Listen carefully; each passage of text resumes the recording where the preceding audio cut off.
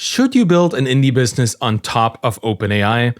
Absolutely. It's not in OpenAI's interest to build niche solutions that compete with indie hacker startups. It's in their interest to enable them.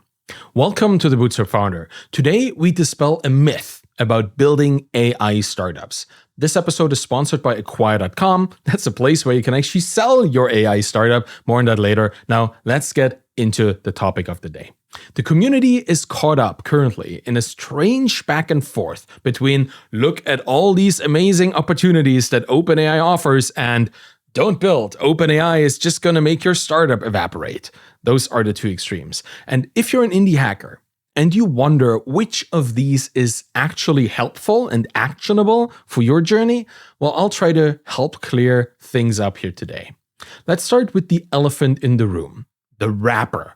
Everyone is talking about just how short-sighted it was to build a business on wrapping OpenAI interfaces into a standalone SaaS app or something. And I think they're right. If your business success is predicated on making it slightly cheaper to access what OpenAI offers or slightly easier, you're in trouble. They can and do change pricing and their UI and access restrictions and interfaces at any point.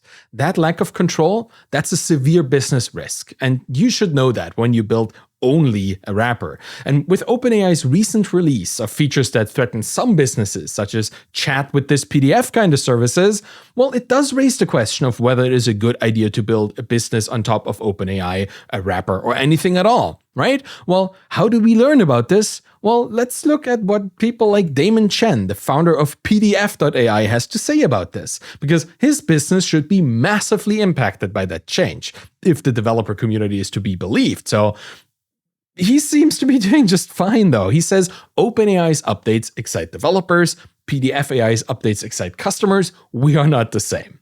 And I think he's right. This is why the whole debate is so problematic. It focuses on the technical details, but completely ignores the idea of customer inertia. When customers find a product that reliably solves their specific problem in itself a very specific way, well, they don't jump ship towards a more generic implementation easily, particularly when your customers are not technical people.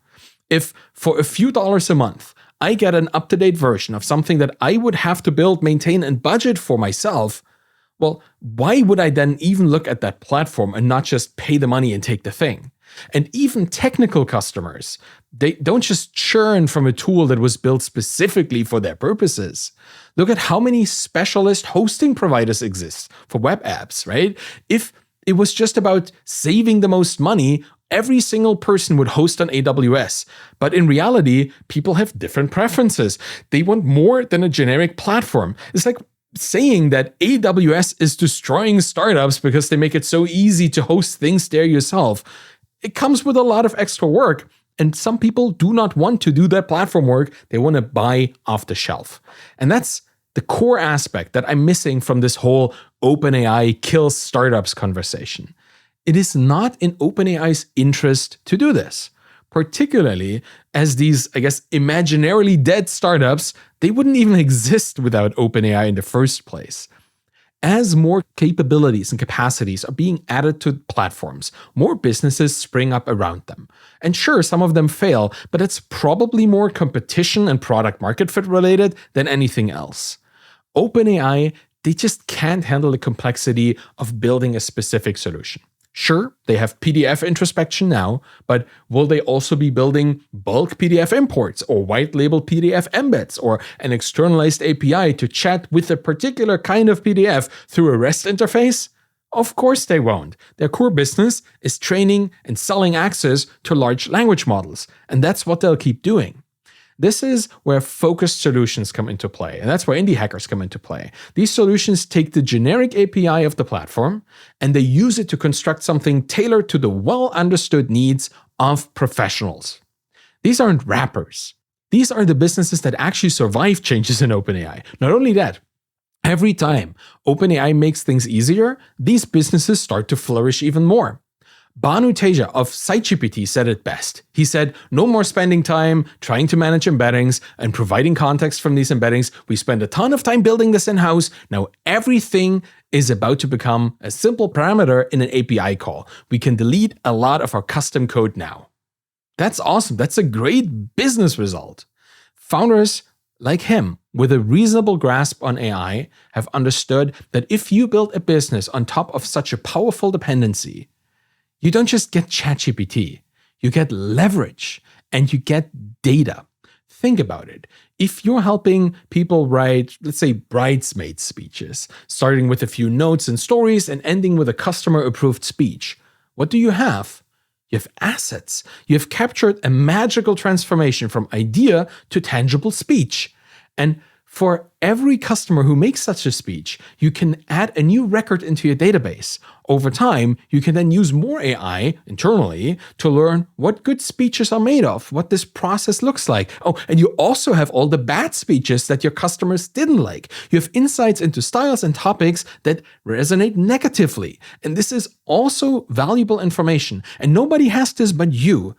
And you may not control the means of production. You don't have the AI, it's not yours, but you own the ingredients, the recipe, and the finished product.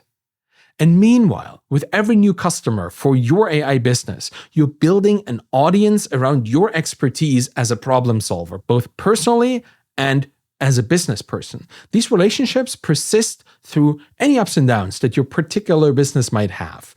With people who sign up for your business, you control the means of communication. Every new customer adds to your reach, even if you just pass through their API calls to OpenAI. And if your product works, they will talk to their equally AI-curious peers. It's not just ChatGPT. Even the rappers are powerful leverage generators. So how about we all calm down a little in this conversation?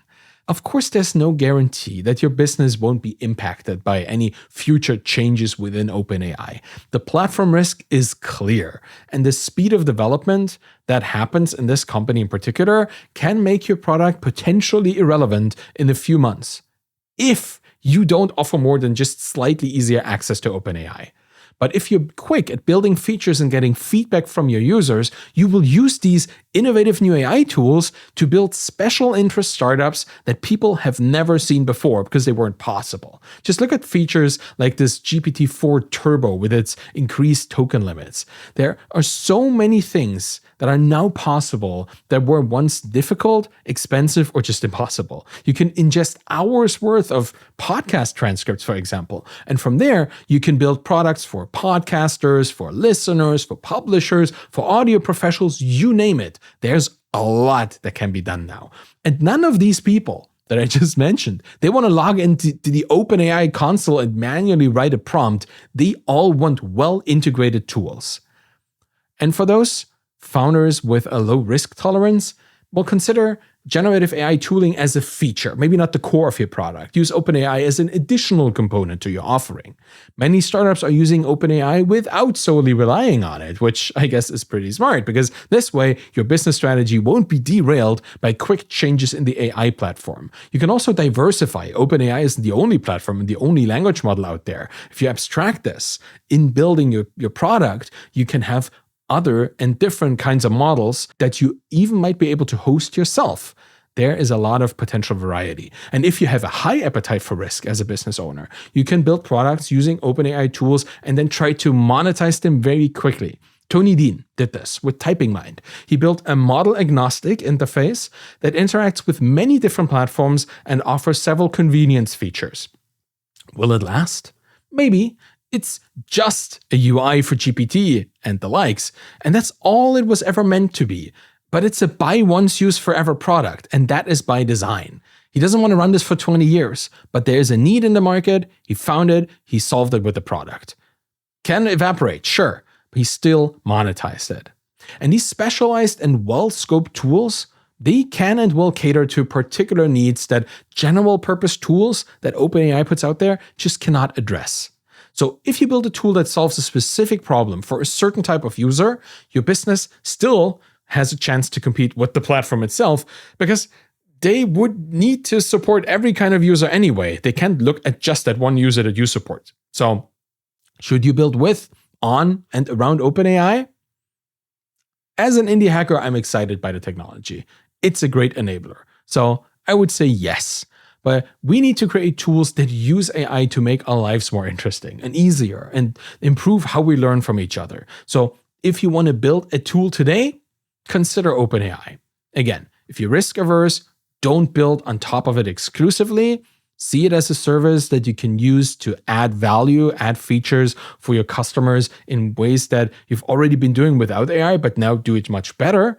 And if you enjoy the wild ride of cutting edge tech, make OpenAI your core dependency, but quickly build features that the platform will never have the incentive to create. Things like industry-specific data transformations or workflow integrations that are really nitty-gritty. It's not what OpenAI cares about, but you can do this and your customers will thank you for it. In either case, show that you want to solve a very specific problem for specific people. Make them care about your product beyond just the magic of GPT, because that's how your business stays alive when OpenAI announces the next big thing. And that's it for today.